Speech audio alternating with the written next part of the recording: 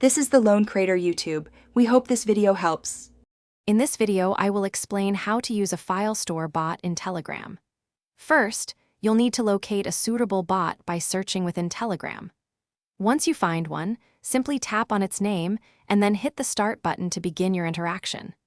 The bot will usually send a welcome message with important information, including its basic commands and any usage guidelines. It's always a good idea to quickly read through these initial instructions to ensure a smooth experience.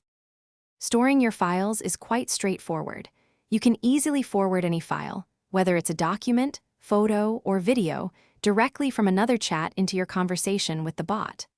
Another method is to use the attachment icon, often represented by a paperclip, within the bot's chat window to upload files from your device.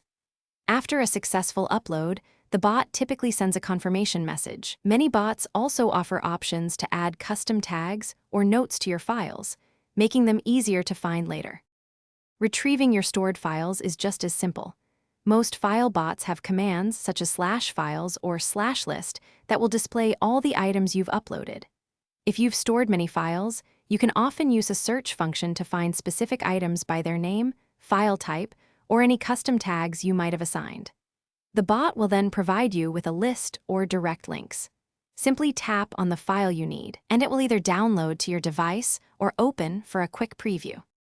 To keep your file storage organized, it's a good practice to regularly review and delete any files you no longer need. Be mindful of potential storage limits.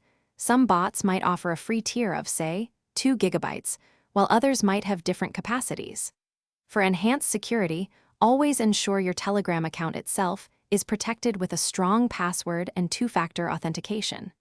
Finally, remember that while these bots are convenient, it's always wise to maintain backups of your most critical files in at least one other secure location.